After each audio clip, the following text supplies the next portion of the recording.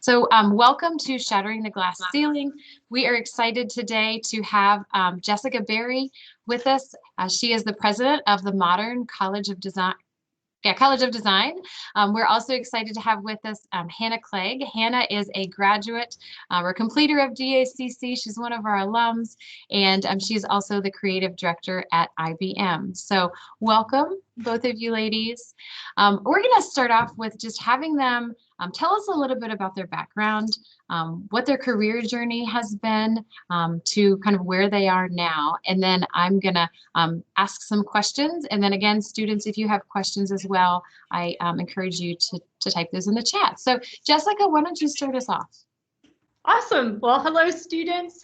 Thanks for joining us today. My name is Jessica Berry. I am the president of the Modern College of Design, which is located in Kettering. I started my career as a graphic designer. So I grew up in a small town and I attended what is now the Modern College of Design and earned an associate degree in design and went out and started working in the industry and got to create all sorts of things like websites and posters and business cards and animation. But I eventually decided to take a job with my alma mater, the Modern College of Design. I started out working as a graphic designer here and over a period of time worked my way up to president. And so I've served as the president now since 2004. I absolutely love my job because I get to work with creative students every day.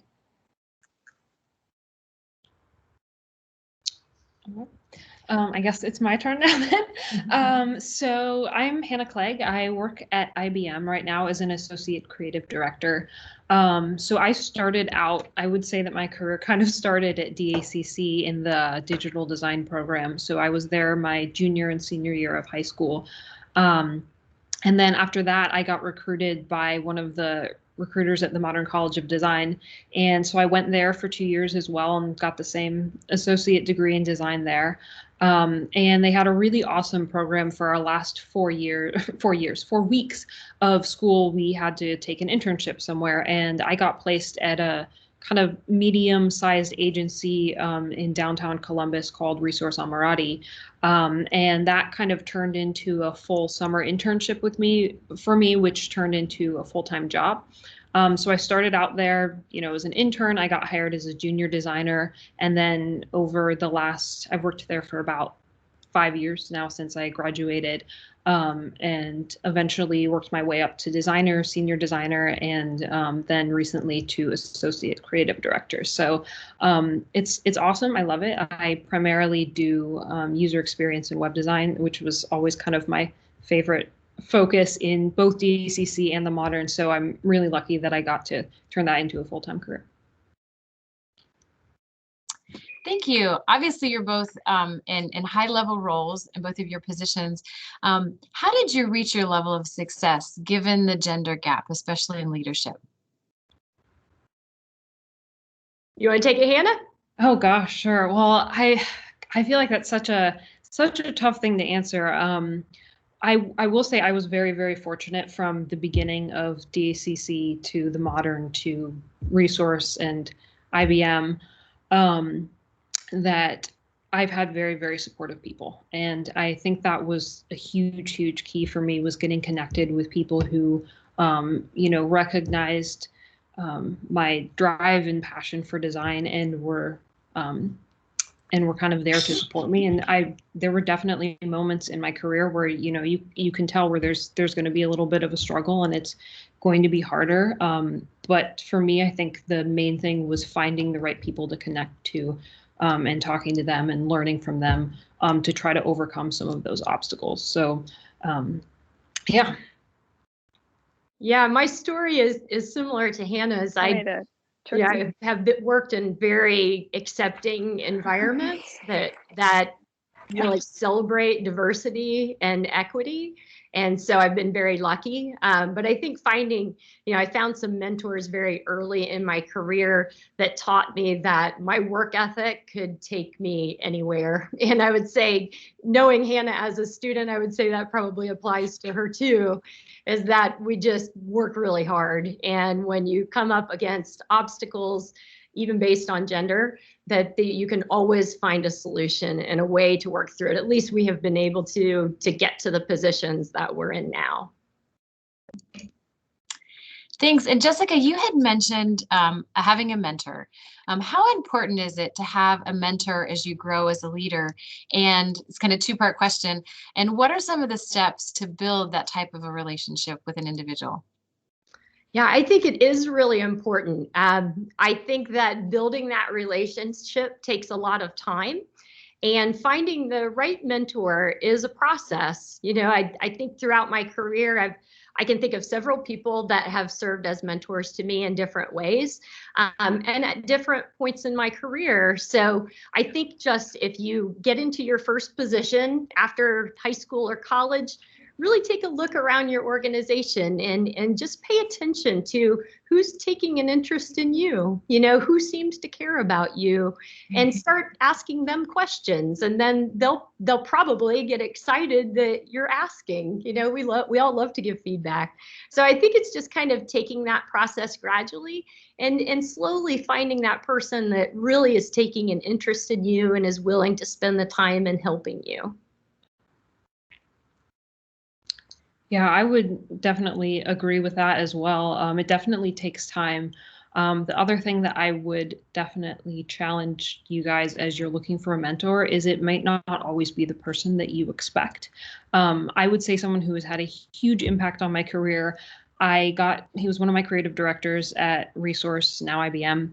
And before I got placed on a project with him, like, he had a reputation for being very gruff and really hard exterior. And I wasn't looking forward to working with him, transparently. I was like, this is going to be a terrible project. And, but I, tried to go into it with the best attitude that I could. And I thought, I'm just going to keep my head down. I'm going to get through this project. And he has ended up being one of the best mentors that I have had. He no longer works with IBM, and I still text him regularly, talking to him about advice for a meeting, presentation, or design work, and he's awesome. So it's not always the person that you think. And some of the people that I was like, it's going to be them, I want them to be my mentor, never panned out. So be really open to who you are willing to have mentor you, for sure. Great.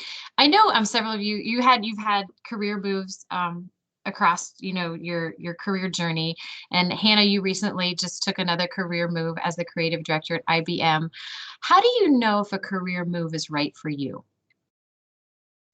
Yeah, gosh, I feel like it's hard. For me, it's been so interesting because my career has changed quite a bit, and I actually haven't changed jobs technically. So IBM purchased Resource, I think it's been almost 3 years ago now. So I kind of was flung into this huge international company without applying, without expecting it. And I had kind of always set my sights on a smaller agency. That was what I had kind of hoped for. I will say, in terms of making decisions about, was that the right move for me? Because there was that moment, when IBM bought us, I thought, is it time to move on? Do I stay with this? I know it sounds cliche. I just sometimes just get a feeling, like, there have been many times where I thought about moving on and it just never felt right.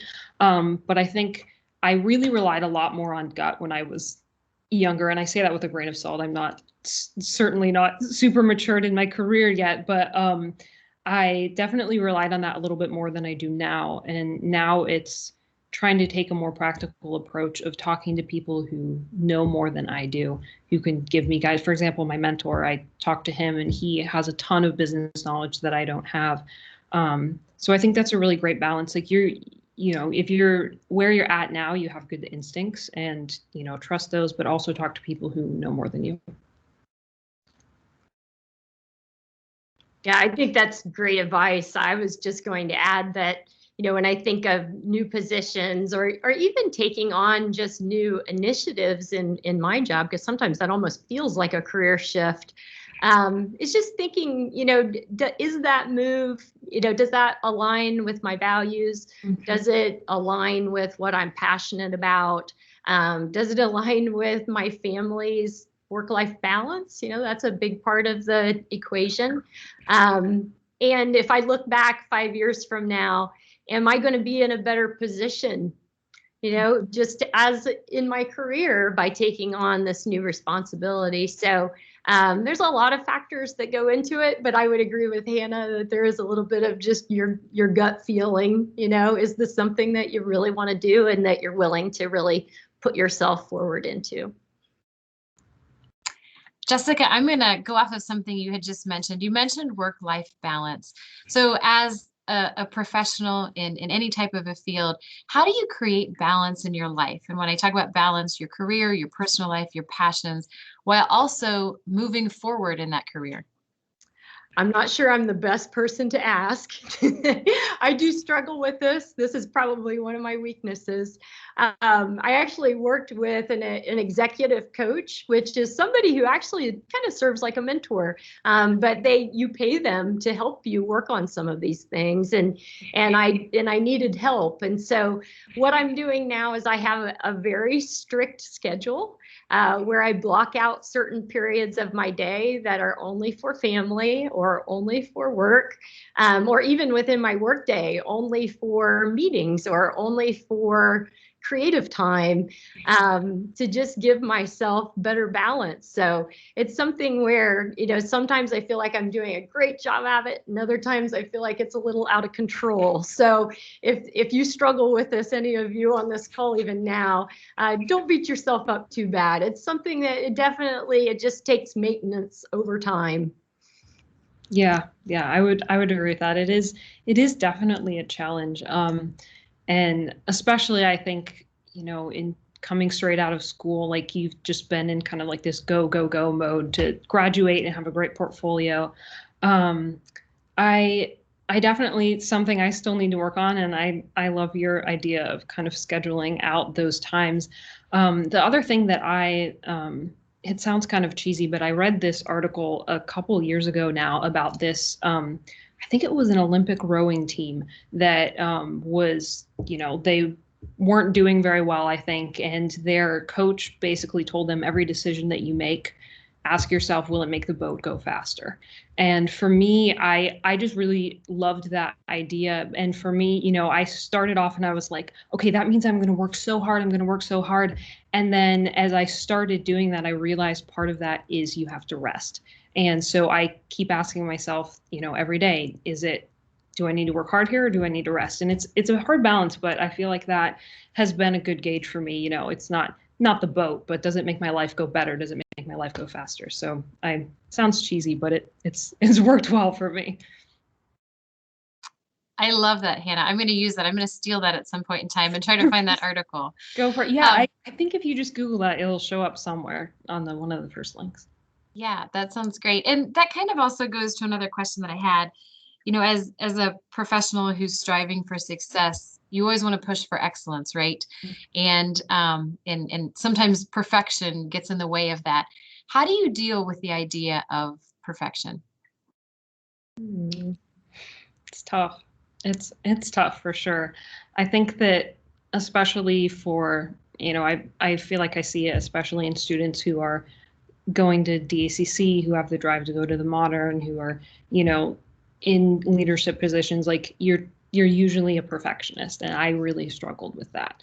I was that really obnoxious student that if I got like a 94 on a test, I was like, why is it a 94? Like I was that kid for sure. I feel like for me, it's been about coming to the realization as I continue to grow in my career that I have really learned more from my mistakes than I ever have from my successes. So allowing those to happen and not trying to push it out of my mind to say, oh, I didn't mess up. I don't mess up. So for me, that's been it's a process though, to allow yourself to make a mistake and know, like, you have to focus on, okay, what are the mistakes I made in the past that I've learned and been better from? But that's kind of been something that I've been trying to work on, to not focus so much on, I have to get it right every time, because I'm certainly not going to be the designer that I am now. And in 5 years from now, what the designer that I want to be, if I never allow myself to make a mistake or learn from it.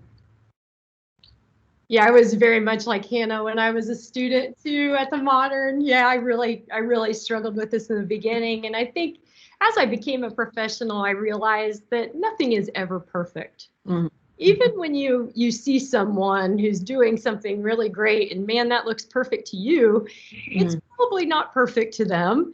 Yep. And that's okay. You know, we're just all trying to do the very best that we can. And we only have a certain amount of time and effort to put into things. So I just always expect that we all do our very best here at the Modern and with the resources that we have. And that, we are making mistakes and that's okay. I think you're probably not working very hard if you're not making mistakes because it's inevitable. And like Hannah said, you just learn so much from that. Some of the mistakes that I made early in my career, oh, I was just so devastated. They cost my company so much money. But you know what? I've never made that particular mistake ever again because I learned from it. But you know what? I make new mistakes every day.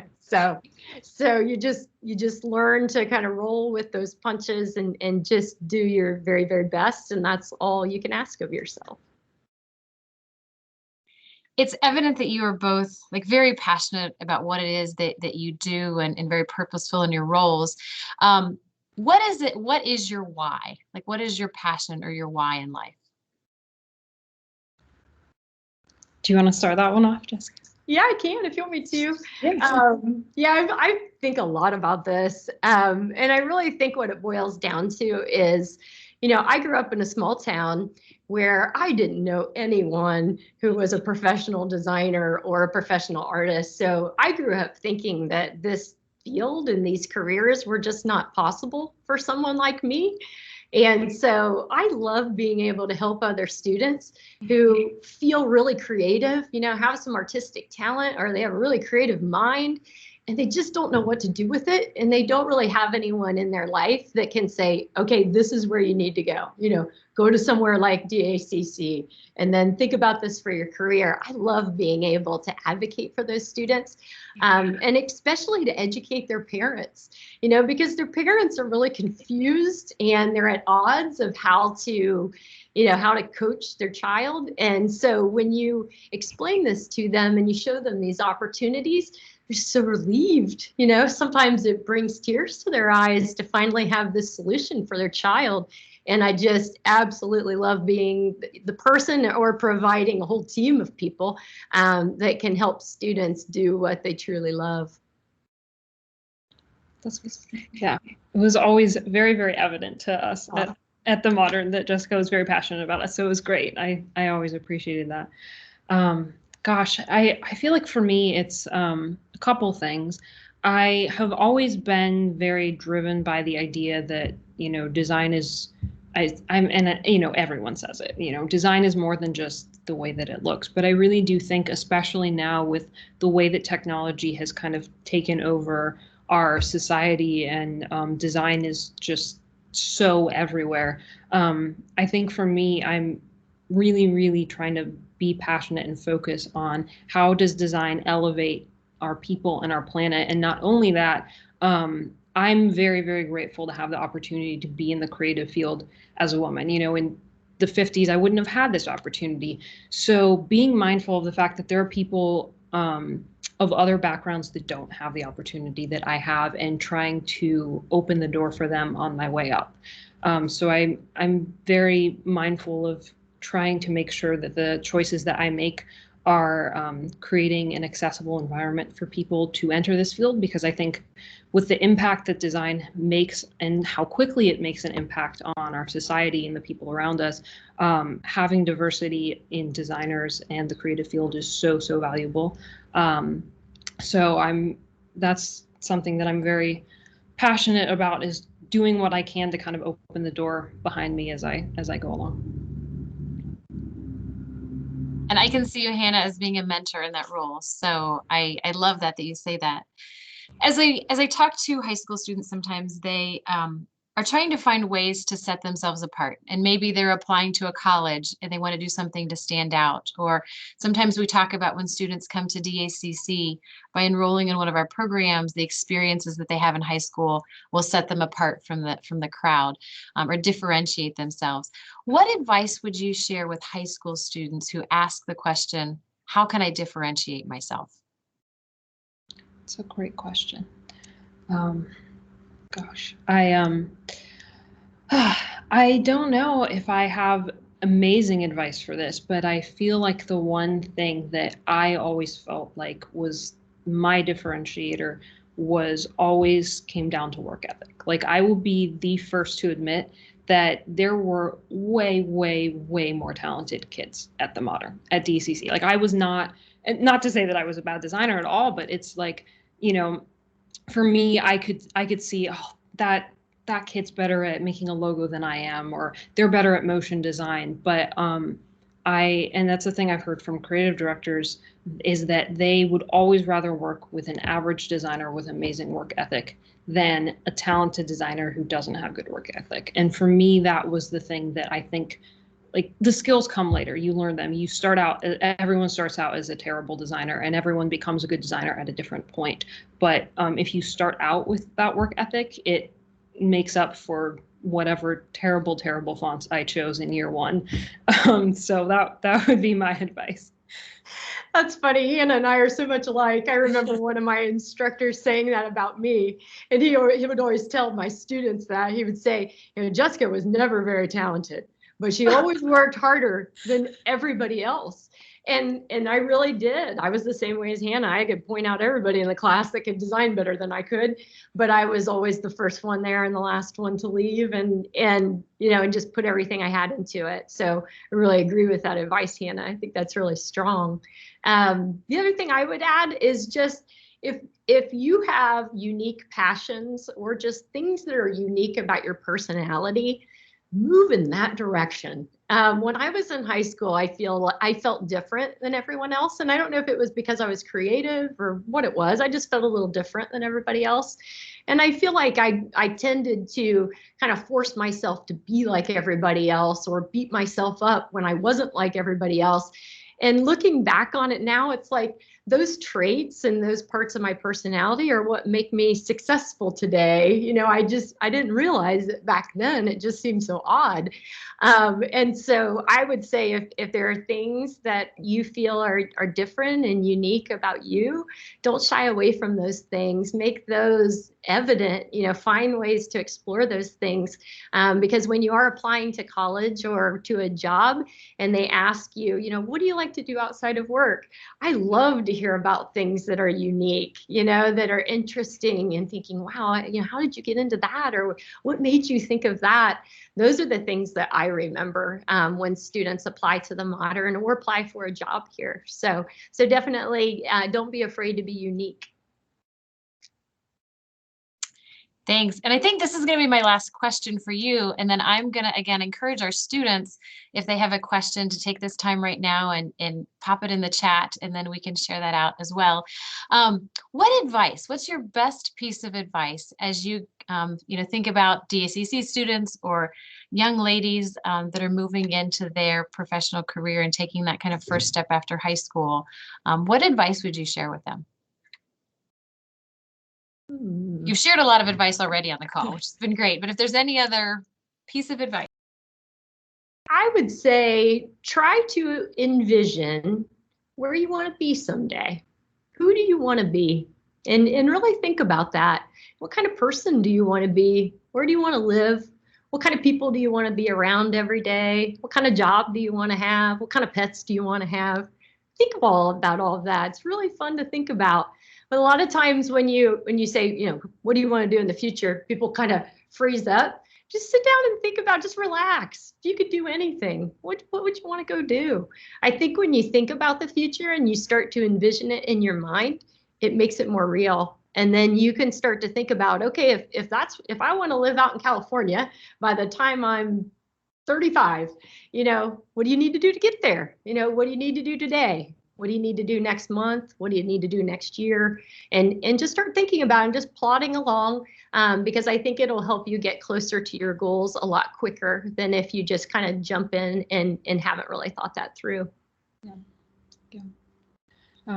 Another thing I would say is, I don't know that I could give one piece that's just going to be the magical thing for you, but one thing for me, like I guess two things for me really was one, don't get bogged down in the don't do this and don't do that, and that you're going to hear a lot. You'll hear from a lot of people. Oh, especially as a woman in design, they'll say, "Oh, well, don't do this or you won't be taken seriously. You got to do this." And I think that I feel like I got so focused on that I was hyper analyzing everything I did instead of just going in and trying to be excellent. So I would say that, and I think I had another point, but I don't remember what it was. So yeah, I would say that for sure. Okay, we do have a couple questions here from Megan. Do you have any advice on dealing with sexism in a male-dominant workforce? I would, my suggestion would be that if you're experiencing sexism, take that really seriously and talk to someone within your organization that you can trust. I know when I was young, I had some issues with this and I never talked to anyone. I just went about my day. I didn't want to cause problems. And I regret that now. And I know there were people within the organization that had more experience that probably could have helped me. And it would have made the organization better. And other people might not have had to experience this too. But I didn't say anything. So I would just say, really stand up for yourself and find the appropriate way to report anything that happens, or to just get advice if you need advice on how to deal with a situation. Yeah, I would agree. I have been very lucky that a lot of the managers that I've had, I was able to have those conversations with. It is a challenge, and there have been some circumstances where it just transparently, it never improved. But I think that for me, it was about talking to people in my organization who were willing to listen and help me make those changes. And then also, I think for me, it was really easy to forget that it wasn't a reflection on me. And it's really easy when you know someone doesn't take you seriously to start making yourself smaller and smaller as you walk into a meeting room. And for me, I had to focus and fight really hard to, you know what, I'm going to walk in this meeting room with my head held high. And I know that you don't take me seriously, but I do. But I would definitely echo the sentiment of definitely getting someone in your corner, getting someone on your side. But every circumstance is different. It's a challenge for sure. We have another question in the chat from a student currently in our early childhood education program, pursuing a career in special education, and sometimes has self-doubt that might have gotten in the way of the career choice. But there are other times when the student continues on. How do I keep myself assured and motivated to keep on my chosen career path? That's a great question. And I will say that I think almost any professional will tell you at some point in their career or even in school that they have also felt the same way. I had plenty of moments. I will definitely say a lot of them hit around making my portfolio that I was like, what am I doing? And for me, it was focusing on, okay, well, where am I at right now? What am I doing right now? And doing the best that I could in that moment. So, if doubting myself or doubting my choice happened to me, midway through my semester, it wasn't going to do me any good to give up at that moment. So for me, I focus on, okay, how do I finish this semester in the most excellent way that I can. And I think that if you continue to put your focus on doing a good job in the circumstance that you're in at that moment, I think for me, then it started to become clear, like, I really am passionate about this. I like it. If I continue to push past those moments. But then, there are those moments where I went to school with lots of kids who were like, this isn't for me. So, but my push would be, continue to be excellent where you're at, finish out what you've committed to. And I think that brings a lot of clarity.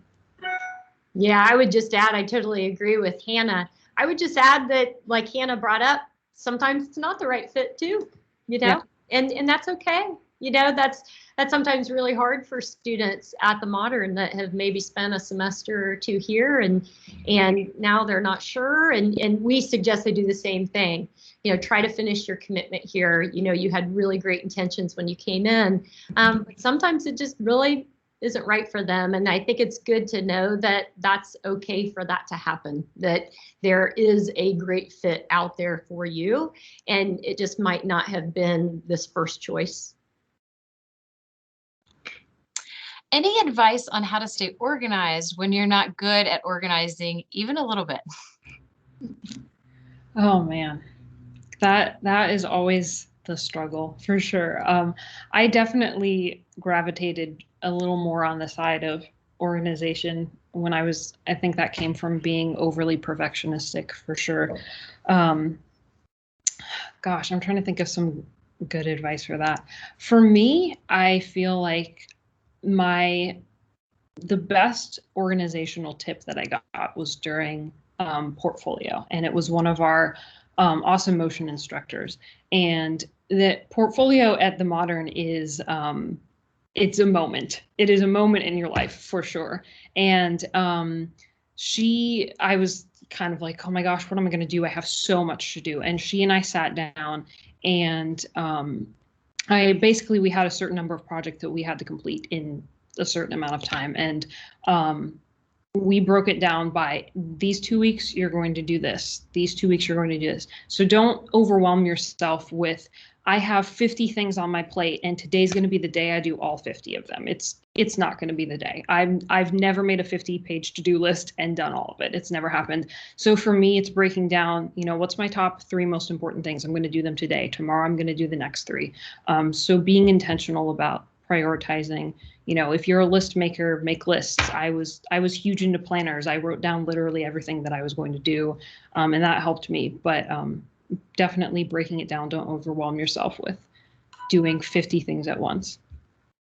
Yeah, and just to add to that, one of my friends who also is a business owner, I was talking to him about work-life balance and organization. And when he looked at what I was working on, he said, I think you're working on too many big projects at once. Really narrow down the types of things you're working on in a single day. He said, I think you're expecting yourself to switch gears so many times that you're wearing yourself out. So just like Hannah's talking about, really think about intentionally maybe paring down to, instead of working on 5 things today, I'm going to try 3 things today and see if I'm more organized and I get more done. I think there's definitely something to that. Thank you. There's a comment in the chat. I think it's probably more a comment than a question. My mom is one of 4 women in her industry at the level that she is at, and she always has people telling her she can't do it because of her gender. Is that something that you might feel as well? Well, first, kudos to your mom. Kudos to your mom. That is a very tough position to be in. I've been lucky enough that I've never had someone outright tell me I can't do what I'm doing. I think that the creative industry is one of the luckier industries in terms of starting to open itself up to more diverse people, which is great. But I've definitely, you have people who will suddenly tell you that you can't do it and you feel it. But it sounds dumb, but one thing I always think about is like, what did somebody in like 1920 tell women they couldn't do? And now we're like, well, duh, they can do that. Like, driving or riding a bike. Like I do long distance cycling, and there was a time when people were like, oh, women shouldn't even be on bikes. So yeah, tell them no, it's wrong. They're wrong. I love proving people wrong. Yes. If you tell me I can't do something, I will definitely do it. Yeah, being a college president and being a woman is definitely more common today than it used to be. But still, if I go to a conference for college presidents, I would say less than 10% are female. And I just don't let it hold me back. I've never really seen my gender as an obstacle. I definitely, like Hannah is saying, you definitely get some innuendos from people from time to time.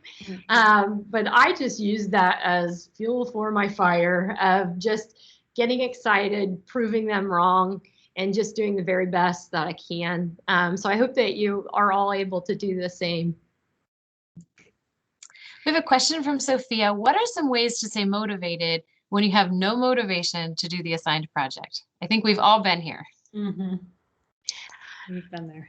Yes, I was actually there yesterday.